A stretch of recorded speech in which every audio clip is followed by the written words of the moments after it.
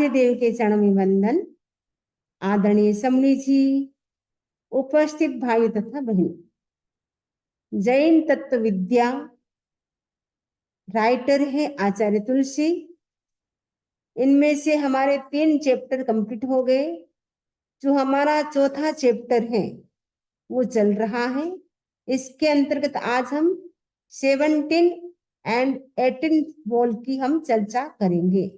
सबसे पहले हम 17 नंबर का जो बोल है उसकी हम चर्चा करेंगे। तो वो बोल है प्रत्याख्यान के प्रकार। प्रत्याख्यान के कितने प्रकार हैं? तो प्रत्याख्यान के 10 प्रकार हैं। इससे पहले हम जाने कि प्रत्याख्यान किसे कहते हैं। प्रत्याख्यान का अर्थ है छोड़ना, यानी त्याग करना। जब हम छोड़ते हैं तब त्याग कर सकते हैं। जब तक हम छोड़ नहीं सकते वस्तु को तब तक हम त्याग नहीं कर सकते हैं। तो प्रत्याख्यान क्या है? संसार सागर को पार करने की एक सुंदर नौका है। यानी हमें संसार समुद्र को पार करना है, उसके लिए प्रत्याख्यान यानी त्याग करना बहुत जरूरी है। उससे हम संसार समुद्र को भी पार कर सकते हैं। प्रत्याख्यान क्या है? कर्म शत्रु का विनाश करने का अमोघ शस्त्र है। ये त्याग करने से, तप करने से जो कर्म शत्रु हैं, हमारे अनादिकाल के आत्मा के साथ जो जुड़े हुए हैं, उनको हम समाप्त कर सकते हैं त्याग से। प्रत्याख्यान मुक्ति तक पहुंचाने की फ्लाइट है। जैसे फ्लाइट होती है वो हमें इंडिया जहां भी जाना होता है वो हमें पहुंचा देती है, वैसे ही ये प्रत्याख्यान भी एक प्रकार की मोक्ष महल तक पहुंचाने की एक सुंदर फ्लाइट है। यानी प्रत्याख्यान करके हम मोक्ष महल को हम प्राप्त कर सकते हैं। प्रत्याख्यान से जन्म मरण के जो दुख है अनादिकाल के, उनको भी हम तोड़ सकते हैं। यानी जन्म मरण के दुखों को तोड़ने की एक अमूल्य औषधि है प्रत्याख्यान। प्रत्याख्यान कर्म बंधन को रोकने का एक सुंदर मार्ग है। यानी प्रत्याख्यान से हम जो कर्म का आगमन हमारी आत्मा पर हो रहा है, यानी एनी टाइम कर्म एंटर हमारी आत्मा में हो रहे हैं, तो प्रत्याख्यान से हम उन कर्मों को रोक सकते हैं। क्योंकि जितना हम त्याग करते हैं उतने उतने कर्म का आगमन रुक जाता है, स्टॉप हो जाता है। तो जितना हम त्याग करेंगे उतने उतने हम पापों से बचते जाएंगे। अभी सपोज आप बैठी है, क्लास ले रहे हैं, अभी आप सामायिक कर सकते हैं, संवर कर सकते हैं, चौघ्यार तेघ्यार जो भी करना चाहे वो कर सकते हैं, जिससे हम नए कर्मों का जो इंटर आत्मा में एनी टाइम हो रहा है, एनी टाइम नए कर्मों का प्रवेश आत्मा में हो रहा है, उन नए कर्म को रोकने का एकमात्र उपाय है प्रत्याख्यान यानी संवर की साधना। जितना जितना हम त्याग करते जाते हैं उतने उतने नए कर्मों के बंधनों से हम बचते जाते हैं।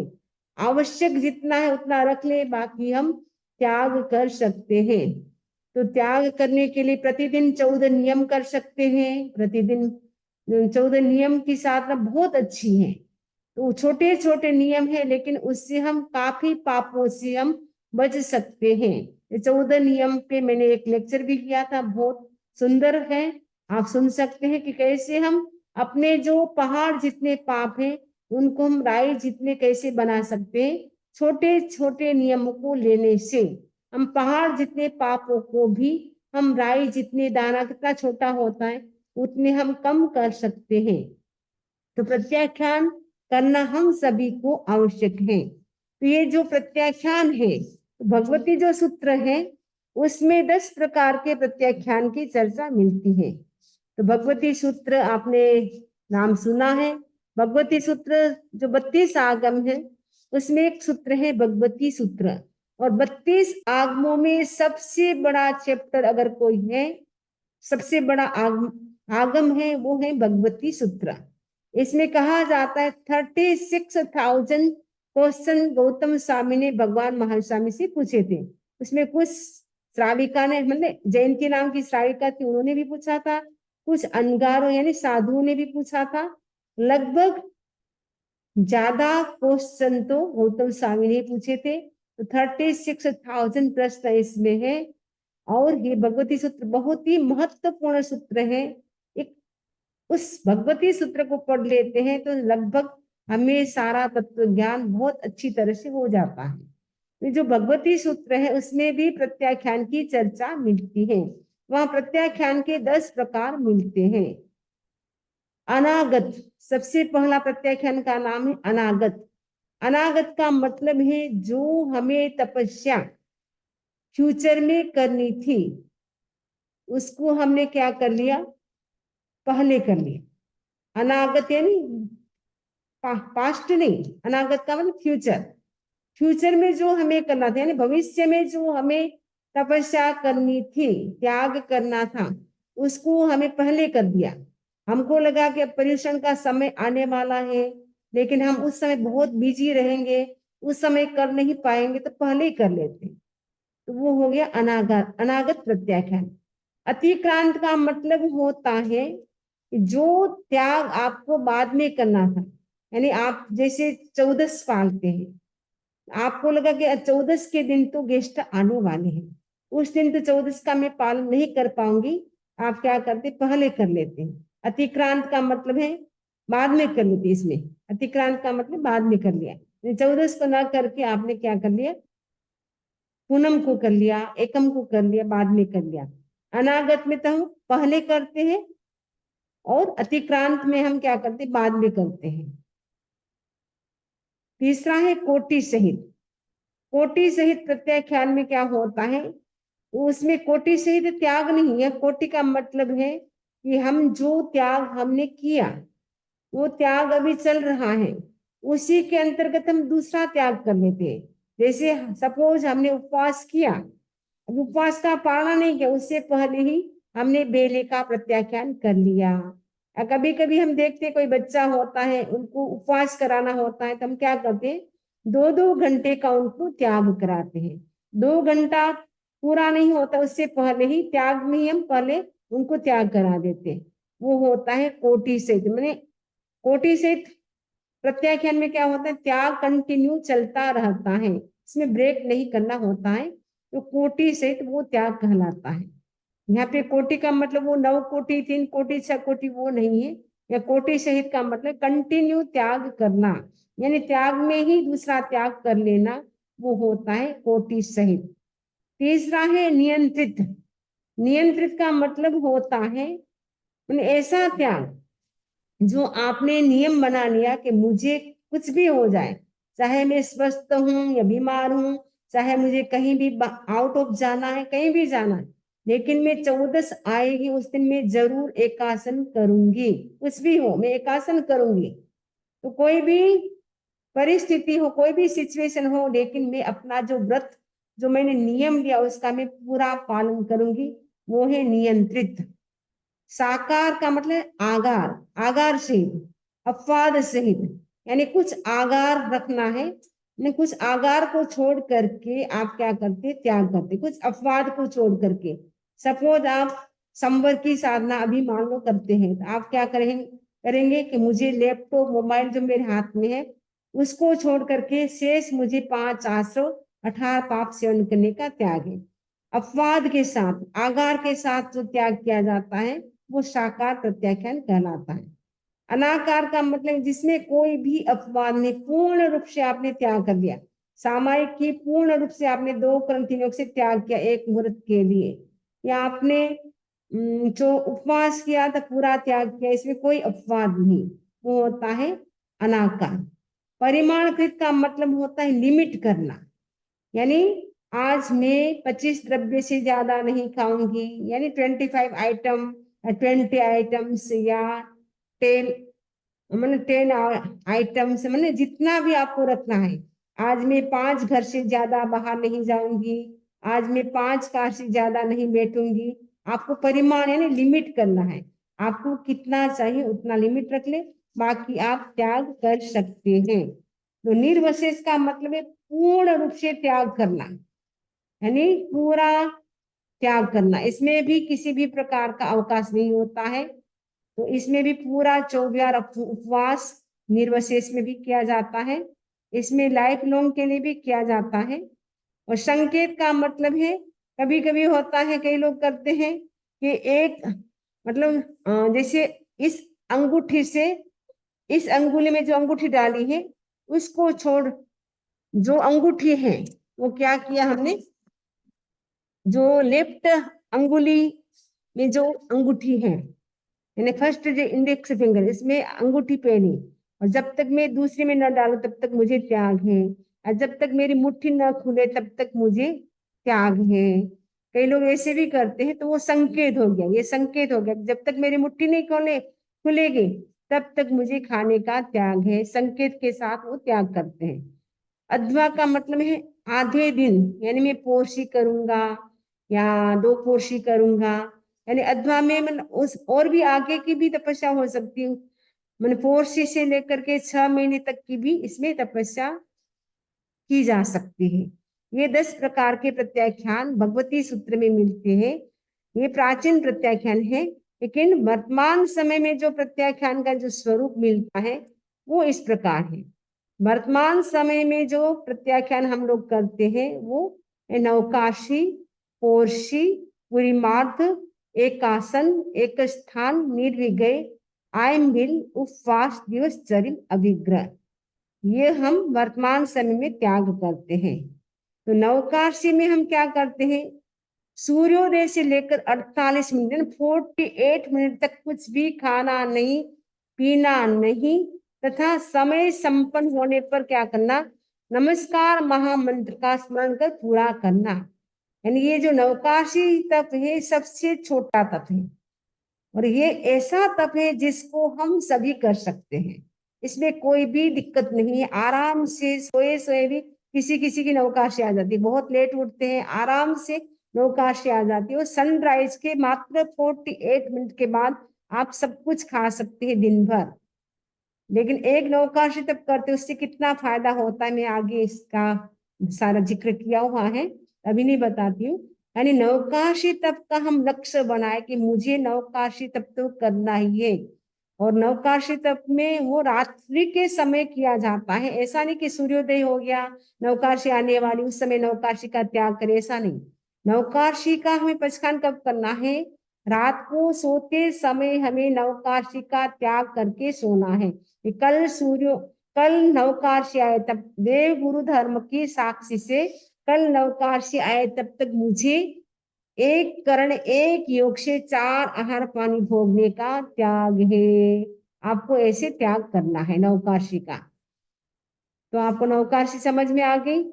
प्रहर, प्रहर यानी पोर्शी, जिसको हम बोलचाल की भाषा में बोलते पोर्शी।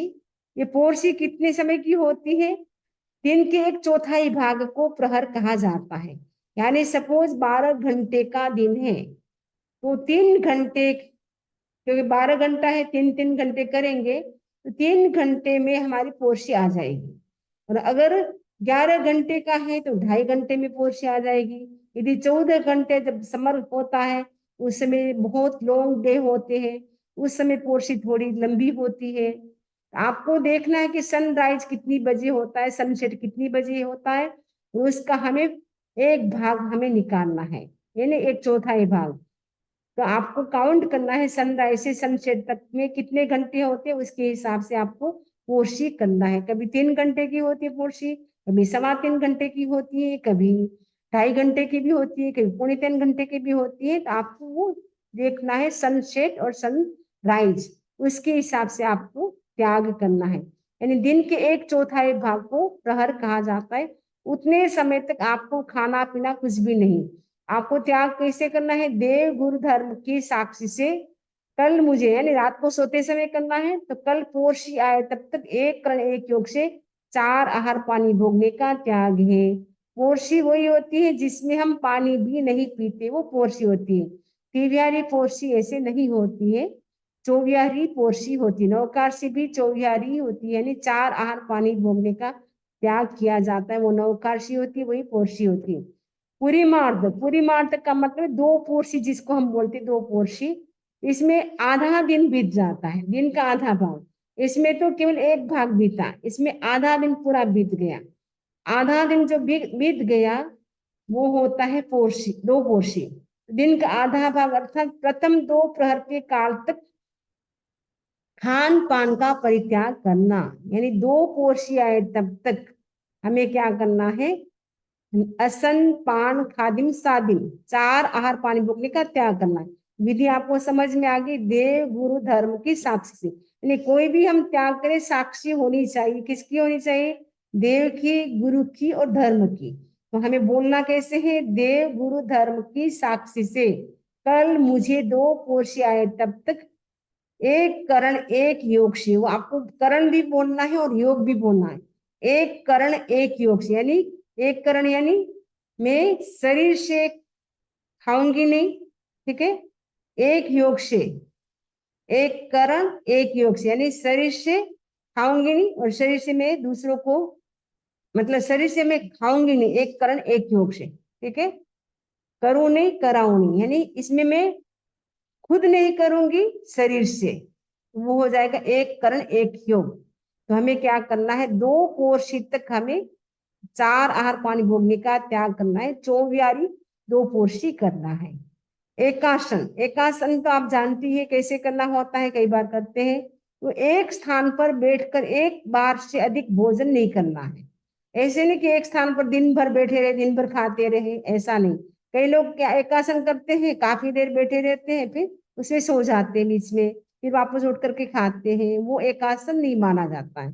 व्यासन भी, वो कई लोग व्यासन करते हैं, लंबे लंबे बैठे रहते हैं, बीच में सोते रहते हैं फिर खाते हैं, वो व्यासन भी नहीं होता, एकासन भी नहीं होता। एकासन का नियम है कि 1 घंटे के अंदर अंदर आपको कंप्लीट करके उठना होता है। तो एक बार खाना है और 1 घंटे के अंदर अंदर खा करके हमें उठना है। तो खाने के बाद हमें क्या करना है? पहले आप त्याग कर सकते हैं कि दिन में मुझे आज, यानी रात को आपने त्याग कर लिया कि कल मुझे दिन में एक टाइम से अधिक खाने का त्याग है। दिन में खाना खाने के बाद मुझे दिन में 3 आहार पानी भोगने का त्याग है। और सनसेट के बाद मुझे कल सूर्योदय तक नौकर से जो भी करना है तब तक मुझे एक कर्ण एक योग से 4 आहार पानी भोगने का त्याग है। आपको एक आसन की विधि ऐसा करना है। अब एक स्थान, जिसको हम एकल ठाना भी कहते हैं, तो इसमें इसकी विधि है कि दिन में एक समय एक आसन में एक बार से अधिक भोजन नहीं करना। इसमें शरीर का संकोच विकोच करना भी वर्जित है। इसमें आपको जितना भी चाहे जो भी खाना एक साथ आपको लेकर के बैठना है, थाली में, कटोरी में, जिसमें भी आप जो भी लेना चाहे एक साथ ले लें। जितनी भी आपको क्वांटिटी चाहिए वो एक साथ ले लें। आप उस समय बोल भी नहीं सकते हैं, हिल भी नहीं सकते हैं, हंस भी नहीं सकते हैं। जो लिया वो सारा आपको खाना है, इसमें आप जूठा भी नहीं छोड़ सकते हैं। तो एक बार में एक साथ लेकर के खाना है। एकासन में तो हम क्या है, थोड़ा थोड़ा जैसे गरम गरम फल का एक एक आपको बनाते गए देते गए वो आप ले सकते हैं एकासन में तो। लेकिन एकल खाना में जो भी खाना वो एक साथ ही लेकर के खाना है। पानी भी साथ में लेकर के बैठना है। बाद में आपको पानी भी नहीं मांगना है, कोई चीज मांगना नहीं, ना इशारा करना है, ना बोलना है, न हिलना है, न डुलना है, कुछ भी नहीं करना है। एक बार में सारा लेकर के मौन के साथ आपको एक टाइम खाना है। और उसके बाद खाना खाने के बाद आपको 3 आहार पानी भोगने का दिन में त्याग करना है। सनसेट के बाद सूर्योदय तक या नवकाशी तक आपको 4 आहार पानी भोगने का त्याग करना है। क्योंकि जो 10 प्रत्याख्यान करते हैं, जो भी हम करते हैं उसमें रात्रि को हमें 24 करना होता है। निर्विघ्न, जिसको हम निवि भी बोलते हैं।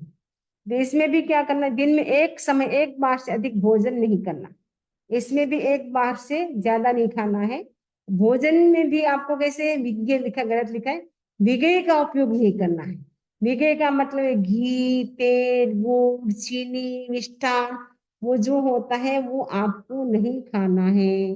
जैसे आमिल में कैसे खाना बनता है, आमिल शाला में जो खाना बनता है, वैसा आपको बिना विज्ञ का आपको खाना खाना, यानी बोयल सब्जी, लुखा फल का, ठीक है, वो खा सकते हैं। लेकिन आपको इसमें घी तेल जिसमें मिक्स हो वो चीज आपको नहीं ऐड करना है। तो निर्विघ्न आपको समझ में आ गया कि दूध विघ्न रहित वो आपको खाना है। आइमिल में दिन में एक समय एक बार, और वो भी केवल एक धान खाना है। ऐसा नहीं कि कई सारे धान खा लिए। आजकल आइंबिल शाला में हम देखते हैं कि बहुत सारी आइटम्स बनती हैं और कई प्रकार के धान होते हैं, तो वो आइंबिल रियल में नहीं होता है। रियल आइंबिल होता है जिसमें एक ही धान होता है, उसके अतिरिक्त कुछ भी नहीं, उसमें नमक भी नहीं होता है। कई लोग नमक भी डाल देते हैं और काली मिर्ची भी डाल देते हैं, थोड़ी हींग भी डाल देते हैं। वो आइंबिल नहीं माना जाता, वो नीवी हो जाएगी। तो सच्चा आइंबिल वो होता है जिसमें एक ही धान हो और उसके अतिरिक्त उसमें नमक भी नहीं, कुछ भी नहीं, और उसमें न काली मिर्च, न हींग, न जो संचल का सिद्धालु नमक जो बोलते हैं, संचल संचल का मीठा नमक, वो भी नहीं होता है इसके अंदर। तो बिना नमक का खाना होता है, वो रियल आइंबिल होता है। उपवास एक दिन के लिए पानी के अतिरिक्त सब प्रकार के खाद्य पेय पदार्थों का आपको क्या करना है, परिहार यानी त्याग करना है। यानी दिन में आप पानी पी सकते हैं, उसके अतिरिक्त आपको कुछ भी खाना पीना नहीं है, सबका त्याग करना है। आगम साहित्य में उपवास को चौथ भक्त कहा गया है। चौथ भक्त यानी 4 आहार पानी का त्याग इसमें करते हैं। असन पान खादिम स्वादिम।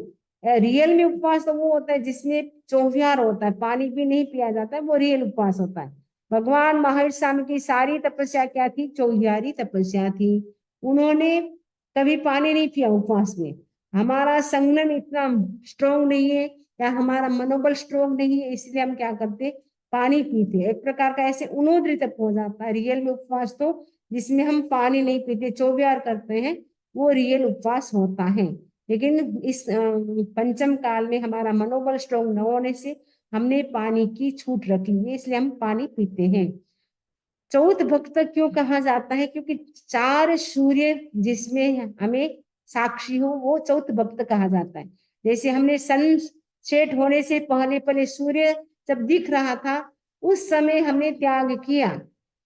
आज शाम का सूर्य हो गया एक, फिर दूसरे दिन का 2 सूर्य, सुबह का और शाम का। तीसरे दिन जब सूर्योदय होगा तब हम पारणा करेंगे, तो 4 सूर्य की साक्षी होगी। इसलिए चौथ भक्त, चौथ भक्त यानी चतुर्थ भक्त उपवास को कहा जाता है। दिवसचर्य, दिवसचर्य का मतलब 1 घंटा दिन रहते रहते भोजन पानी से निवृत्त होना, दूसरे दिन सूर्योदय तक कुछ भी नहीं खाना पीना। यानी आपको दिवसचर्या करना है। सपोज अभी मान लो 5:30 बजे सनसेट हो रहा है, आपको 4:30 बजे ही यानी 4:30 पे आपको कंप्लीट चौयार करना है, बचकान करना है। कब तक, कल सनराइज तक का। तो वो होता है दिवसचर्या, मैंने 1 घंटा दिन रहे उस समय आपको क्या करना है, 24 पचकान कर लेना है। ऐसा नहीं कि 1 घंटा दिन रहे तब खाने बैठे, ऐसा नहीं, 1 घंटा दिन रहे तब आपका 24 हो जाना चाहिए। और वो कब तक, आपको कल सूर्योदय तक, नवकाशी जो भी आपकी इच्छा हो तब तक आप कर सकते हैं। अभिग्रह में क्या करना है, विशेष प्रतिज्ञा। इसमें विशेष प्रतिज्ञा, जब तक हमने विशेष प्रतिज्ञा की कि आज जब तक भक्तामर का पाठ पूरा नहीं करूंगी तब तक मुझे ब्रेकफास्ट नहीं करना है। आज मैं नवकार मंत्र की माला नहीं करूंगी तब तक मुझे ब्रेकफास्ट नहीं करना है। आज जब तक मैं सामायिक नहीं करूं तब तक मुझे सोना नहीं है, सामायिक करके ही मैं सोऊंगी। ऐसे आपको विशेष अभिग्रह करना है, मैंने विशेष प्रतिज्ञा करनी है, विशेष संकल्प करना है। ये होंगे अपना 10 प्रकार के क्या होंगे, प्रत्याख्यान होंगे। जो 10 प्रकार के जो प्रत्याख्यान है, तो उसकी साधना हम अकेले भी कर सकते हैं, सामूहिक भी कई बार हम प्रत्याख्यान कराते हैं। तो इसको 250 प्रत्याख्यान भी इसको हम कर सकते हैं, यानी 2.5 वर्ष में हम कंप्लीट कर सकते हैं।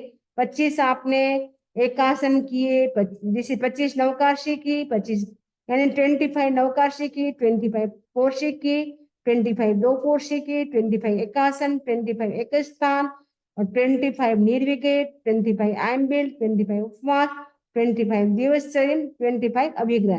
टोटल 250 पचखान भी, इसकी साधना भी हम कर सकते। मैंने एक बार की थी, वो 2.5 साल में कंप्लीट करना होता है, 25-25 आपको करना है। कई बार सामूहिक भी प्रत्याख्यान कराते हैं, क्योंकि इंडिया में बहुत सारे लोग होते हैं, एक साथ हम अनुष्ठान कराते हैं कि 25 लोग उपवास करेंगे, 25 लोग आइंबिल करेंगे, ऐसे हम नाम लिख लेते हैं और सामूहिक भी तपस्या उनको करा सकते हैं। कभी कभी कम लोग होते हैं, जैसे यहाँ पे हम लोग कराते हैं अमेरिका में, तो उनको 10 प्रत्याख्यान कराते हैं, और सबको बोलते हैं आज एक दिन उपवास करेंगे, एक दिन एकासन करेंगे। नवकाशी पोर्शी तो करने वाले काफी मिल जाते हैं, उपवास आयम्बिल नीवी करने वाले बहुत कम मिलते हैं। तो उनको पहले बोल देते हैं कि आज सबको ऐसे ऐसे करना है। 10 प्रत्याख्यान तो इजीली आप कर सकते हैं। 10 दिन तक की साधना आप कर सकते हैं, यानी एक दिन आपने नवकाशी की, दूसरे दिन पोर्शी की, कंटिन्यू आपको ये करना, ऐसा नहीं आपकी सुविधा के अनुसार कर लिया। पहले दिन नवकाशी, फिर पोर्शी, जो क्रम है इसके हिसाब से आपको 10 प्रत्याख्यान करना है। 10 दिन की ये साधना होती, बहुत ही महत्वपूर्ण साधना है। ये छोटी साधना नहीं, बहुत महत्वपूर्ण साधना है। ये छोटे छोटे त्याग से भी हम मोक्ष तक पहुंच सकते हैं। ये जो हम तपस्या करते हैं उससे हमें क्या बेनिफिट होगा, क्या लाभ होगा? तो स्पिरिचुअल क्या बेनिफिट्स होते हैं तपस्या से? तो कहा गया, भगवान कहते हैं कि एक नवकाशी तप अगर हम करते हैं, उसे 100 ईयर तक जो हम नरक में रह करके कष्ट भोगते हैं, वो हम केवल नवकाशी तप से उतना हम कष्ट को कम कर देते हैं। तो कितना बड़ा फायदा हो, एक नवकाशी तप से 100 ईयर तक कहा तो हम नरक में रह करके वो कष्ट को भोगते, मात्र नवकाशी तप से उतने सारे कष्ट को, कर्मों को हम काट लेते हैं। एक पोर्शी अगर आप करते हैं तो 1000 ईयर नरक में आप रहते, उतनी आयु को आप कम कर देते हैं, यानी उतने कष्टों को आप कम कर देते हैं। अगर हम एक एकासन करें तो 10 लाख वर्षों तक जो हम नरक में रहते उतने कष्टों को भोगते मात्र एक एकासन से कट गए। तो एक उपवास करेंगे तो 1000 माने 1000 करोड़ साल की नरक आयु कम हो जाएगी। 1000 करोड़ साल की नरक आयु कम हो जाती, तो कितना बड़ा लाभ होता है। ये छोटे छोटे तप करने से भी हम मोक्ष तक भी पहुंच सकते हैं। तो ये 17वें बोल की हमारी चर्चा कंप्लीट होगी। अब 18वां बोल जो है, जो 18 नंबर का बोल है, वो है व्यवहार, व्यवहार के प्रकार। तो व्यवहार किसे कहते हैं? तो व्यवहार, what is called behaviour. Behaviour का मतलब है मुनि के साथ भी व्यवहार का यहाँ पे संबंध है। तो जो भगवान महावीर स्वामी थे और उनके जो उत्तरवर्ती आचार्य थे, उन्होंने देखा कि हमारा जो शासन है, ये जिन शासन है, उनकी जो व्यवस्था है बहुत ही अच्छी ढंग से चले, बहुत ही सुंदर ढंग से चले, उसके लिए उन्होंने क्या की, एक नई दृष्टि दी। जो मुनि होते हैं उनको क्या काम करना चाहिए, क्या क्या काम नहीं करना चाहिए, उसके लिए उनको एक दृष्टि दी। ये जो दृष्टि के अनुसार जो काम करते हैं तो उनका जो, उसको क्या कहा जाता है, व्यवहार। यानी मुनि को क्या करना होता है, मैंने जो दृष्टि है, आगम क्या कहता है, धारणा क्या है, जित व्यवहार क्या है, जो कौन सी दृष्टि है, किस हिसाब से मुनि को काम करना चाहिए। तो इसमें ये बताया गया है कि भगवान महावीर तथा उनके जो उत्तरवर्ती आचार्य थे, उन्होंने देखा कि ये जो हमारी संघ व्यवस्था है वो अच्छे से अच्छे, आगे से आगे वो चलती रहे, उसके लिए एक बहुत सुंदर दृष्टि दी। और मुनि के सामने, क्योंकि दीक्षा ले लेते हैं तो दीक्षा लेने के बाद भी काम तो करना ही होता है, नहीं गोश्री जाना, व्याख्यान करना, कई काम होते हैं। तो मुनि सोचते कि मुझे करणीय, मैंने मेरे लिए क्या काम करने योग्य है, अकरणीय ने मेरे लिए कौन सा काम है वो नहीं करने योग्य है। ऐसा जब प्रश्न उपस्थित होता है, उस दृष्टि के अनुसार काम करने का निर्देश दिया जाता है। आगमों में उस दृष्टि के लिए व्यवहार शब्द का प्रयोग हुआ है। और जिनके द्वारा व्यवहार का संचालन होता है वे व्यक्ति भी व्यवहार कहलाते हैं। तो व्यवहार कितने हैं? तो भगवान कहते हैं व्यवहार कितने हैं?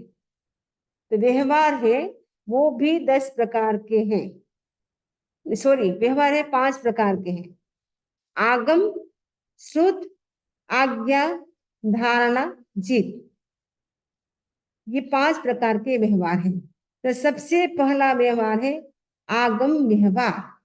आगम व्यवहार का मतलब क्या है कि जो व्यवहार होता है हमारा, तो व्यवहार के संचालन में सबसे पहला स्थान है आगम पुरुष का।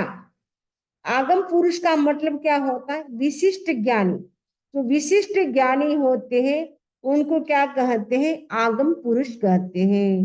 तो विशिष्ट ज्ञानी कौन होते हैं? केवल ज्ञानी, मन परिज्ञानी, अवधि ज्ञानी, चतुर्दश पूर्वी और 10 पूर्वी, ये 5 जो पुरुष होते हैं वे आगम पुरुष कहलाते हैं।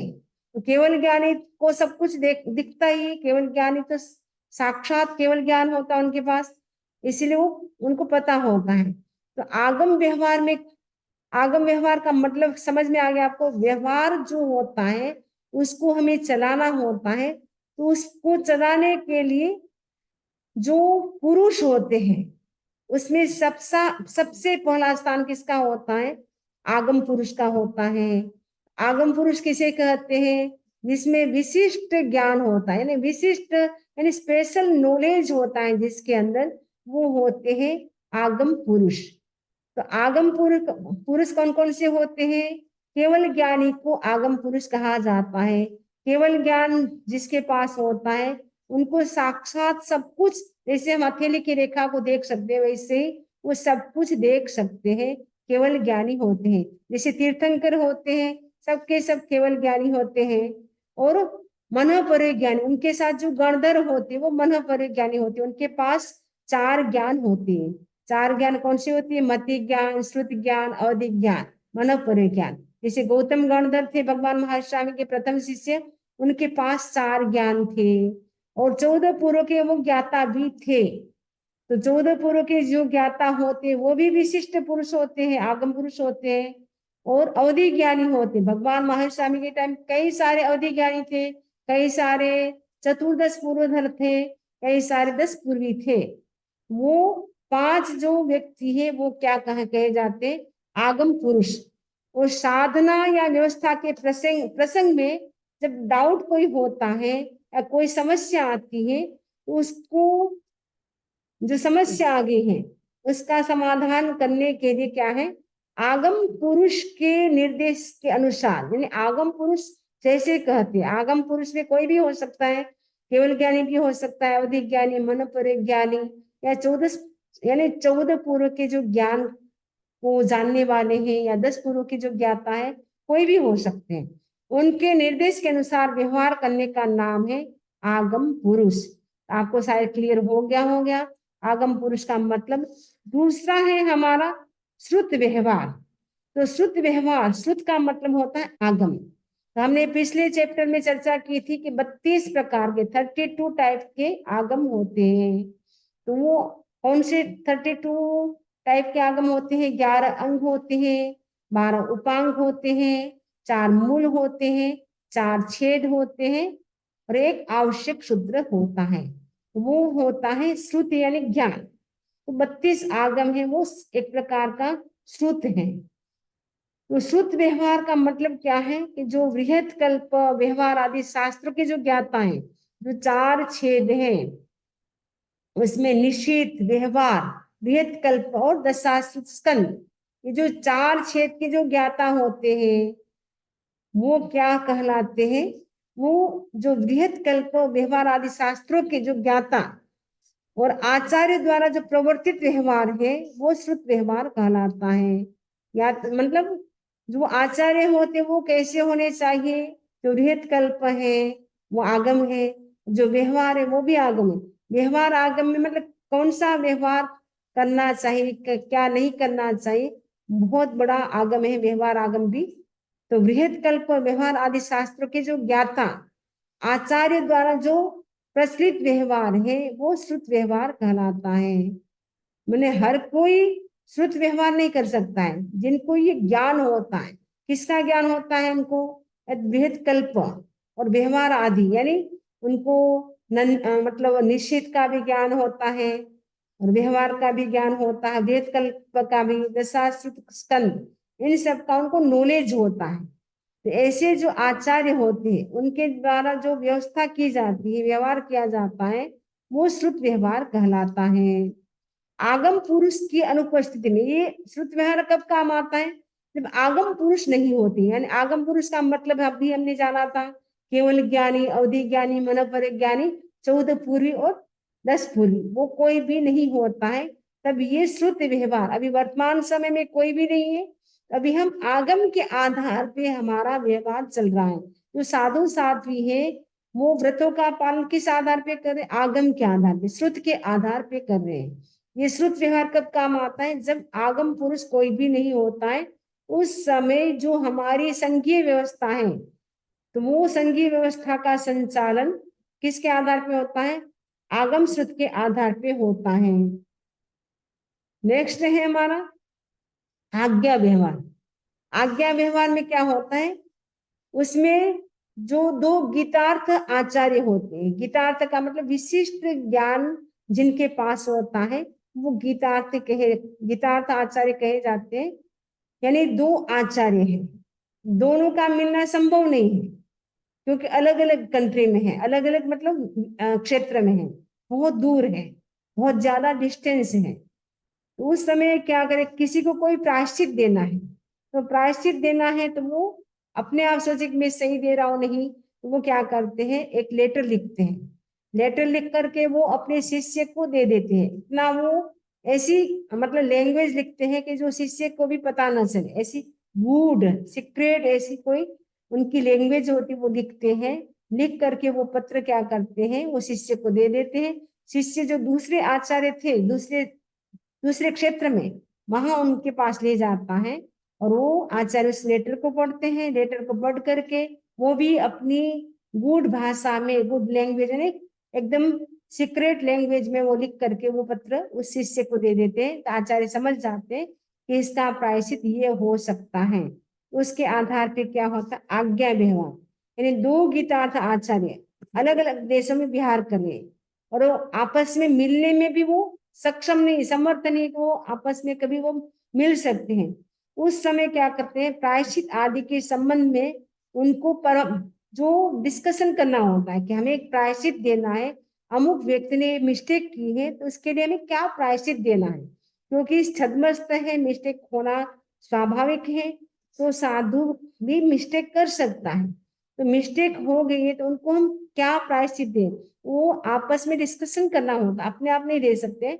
ऐसी स्थिति में क्या करते एक आचार्य उस जो जो उनको मैसेज देना है एकदम ऐसे लिखेंगे कि सामने वाले व्यक्ति को पता नहीं चलेगा। शिष्य को भेज देते हैं, शिष्य वो समझ नहीं पाएगा कि आचार्य ने क्या लिख करके भेजा है। फिर दूसरे आचार्य तक वो पहुंचते हैं, दूसरे आचार्य भी वापस ऐसे ही गुड लैंग्वेज में लिखते हैं कि उस शिष्य को समझ में भी नहीं आता है कि मुझे क्या दिया है। वो सीधा ही वापस लेकर के आता है लेटर, वो आचार्य को दे देता है। इस प्रकार की जो प्रक्रिया होती है वो आज्ञा व्यवहार कहलाती है। नेक्स्ट है हमारा धारणा व्यवहार। धारणा व्यवहार का मतलब जैसे कोई गीतार्थ आचार्य, कोई विशिष्ट आचार्य है, तो किसी समय किसी शिष्य को किस परिस्थिति में जो प्रायश्चित दिया अथवा कोई अन्य प्रवृत्ति की, मतलब कोई जैसे आचार्य है, उन्होंने पहले वाले आचार्य को देखा कि हाँ अमुक शिष्य ने वो मिस्टेक की थी, आचार्य श्री ने यह उनको प्रायश्चित दिया था। वो सोचेगा कि हाँ, याद करेगा ये उस समय में जब था आचार्य तुलसी के साथ या अमुक आचार्य के साथ, तो उस शिष्य ने ऐसी मिस्टेक की थी, उनको ऐसा प्रायश्चित दिया था। तो वही प्रेजेंट में ऐसा कोई शिष्य है सेम वो मिस्टेक करता है, उनको याद करके वो क्या करता है, वो शिष्य को भी सेम वैसा ही प्रायश्चित देते हैं। धारणा का मतलब याद करके वो क्या करते, उनको प्रायश्चित देते हैं। तो ये होता है धारणा व्यवहार। तो आगम पुरुष, श्रुत पुरुष और आज्ञा पुरुष को, ये आज्ञा पुरुष की अनुपस्थिति में धारणा व्यवहार का उपयोग किया जाता है। यानी जब आचार्य भी नहीं होते हैं, यानी आगम पुरुष भी नहीं होते हैं, श्रुत पुरुष भी नहीं होता है, आज्ञा पुरुष भी नहीं होता है, तब धारणा व्यवहार का उपयोग किया जाता है। नेक्स्ट है हमारा जीत व्यवहार, लास्ट है जीत व्यवहार। तो जीत व्यवहार क्या होता है कि द्रव्य, क्षेत्र और काल भाव के आधार पर निष्पक्ष बुद्धि से, यानी कोई पक्षपात नहीं, कभी कभी होता है पक्षपात करते हैं, किसी को ज्यादा दे देते प्रायश्चित, किसी को नहीं देते, लेकिन निष्पक्ष बुद्धि से किसी भी प्रायश्चित या प्रवृत्ति को मान्य अथवा अमान्य स्थापित करना जीत व्यवहार है। यानी द्रव्य, क्षेत्र, काल भाव के आधार पे, यानी वर्तमान समय में क्या क्षेत्र है, क्या द्रव्य है, क्या भाव है, उसके आधार पे, और वो भी निष्पक्ष बुद्धि से। प्रायश्चित कि मतलब प्रायश्चित कितना देना है, किस समय कितना देना है। सेम कभी कभी एक ही व्यक्ति हैं, दो व्यक्ति, दोनों ने एक जैसी मिस्टेक की, लेकिन आचार्य देखते हैं कि ये व्यक्ति स्ट्रांग है, ये तपस्या कर सकता है, तो उनको कहेंगे आपको तो अठम करना है। दूसरे शिष्य को कहेंगे कि आपको 3 उपवास करना है, अथवा आपको 3 घंटा आगम का स्वाध्याय करना है। तो जो नहीं समझते उनको लगता है आचार्य ने पक्षपात किया, हमारी दोनों की सेम मिस्टेक थी, लेकिन एक को ज्यादा दिया, एक को कम दिया। तो द्रव्य क्षेत्र काल भाव के आधार पे वो प्रायश्चित दिया जाता है। तो वो सभी मान्य कर लेते हैं, तो आचार्य जो देते हैं वो सब मान्य कर लेते हैं। तो वो क्या होता है, जीत व्यवहार होता है। किसी समय किसी अपराध के लिए आचार्यों ने एक प्रकार के प्रायश्चित का विधान किया। मतलब जब भी मान लो कुछ समय पहले कोई उन्होंने विधान कर लिया कि हाँ कोई मिस्टेक करेगा उनको ये प्रायश्चित दिया जाएगा, लेकिन दूसरे समय में देश काल और उनकी जो धृति यानी पेशेंस, उनका संगठन, उनका मतलब बॉडी स्ट्रक्चर कैसा है, उन सबको देख करके उसी मिस्टेक के लिए उन्होंने क्या किया, दूसरे प्रकार के प्रायश्चित का विधान किया। पहले तो बहुत स्ट्रॉन्ग प्रायश्चित था, लेकिन उन्होंने देखा कि अब वो वर्तमान समय में देख रहे कि 5वां आ रहा है, अभी संगठन इतना स्ट्रॉन्ग नहीं है, तो साधु इतना प्रायश्चित यदि कड़ा दिया जाएगा वो पालन नहीं कर पाएंगे। इसलिए उनके लिए क्या करते हैं, थोड़ा मतलब एकदम स्ट्रॉन्ग नहीं दे करके वो जो कर सकता है उसी के अनुरूप उनको प्रायश्चित देते हैं, और इसे जीत व्यवहार कहा जाता है। ये जो साधु संघ की व्यवस्था में पांचों प्रकार के जो व्यवहार है उनका बहुत ही महत्वपूर्ण स्थान है, और इनके माध्यम से जो संघ है वो पूर्ण रूप से जागरूकता से रहता है। यानी संघ की जो सारी व्यवस्था है बहुत अच्छे ढंग से चलती है इन 5 व्यवहार के आधार पे। 5 व्यवहार कौन सा है, आपको याद हो गया होगा। आज्ञा सबसे पहला था, आज्ञा, फिर श्रुत था, पहला आज्ञा नहीं, पहला आगम था, फिर श्रुत था, फिर आज्ञा, धारणा और जीत, ये 5 व्यवहार है। ये 5 व्यवहार है, बहुत ही महत्वपूर्ण है साधु संघ के लिए। तो इनके आधार पे साधु संघ की जो व्यवस्था होती है बहुत ही अच्छे ढंग से चलती है। तो आज भी ये 5 प्रकार के व्यवहार चलते हैं। वर्तमान समय में वो केवल ज्ञानी तो नहीं है, मतलब आज्ञा मतलब सबसे पहला है जो आगम है। आगम व्यवहार तो अभी मतलब नहीं चलता है, लेकिन श्रुत व्यवहार चलता है, क्योंकि अभी केवल ज्ञानी भी नहीं है, अवधि ज्ञानी भी नहीं है, मनपर ज्ञानी भी नहीं है, 10 पुरी भी कोई नहीं है, चतुर्दशपुरी भी नहीं है। तो वो उनकी अनुपस्थिति में श्रुत व्यवहार होता है। जब श्रुत व्यवहार अभी वर्तमान समय देखें तो आगम के आधार पे सारा हमारा संचालन हो रहा है।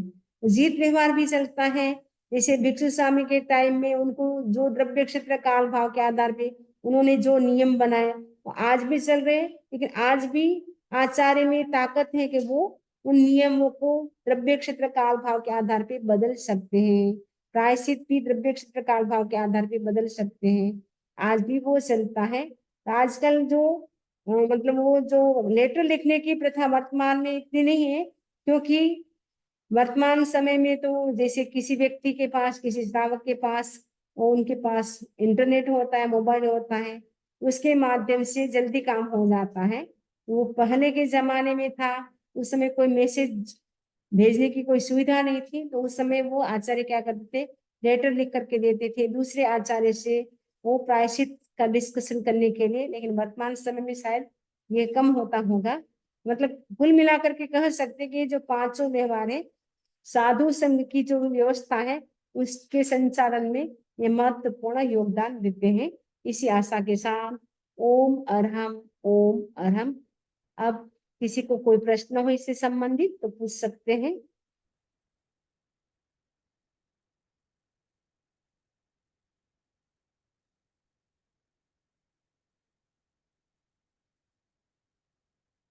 अनम्यूट कर दिया मैंने आपको सबको।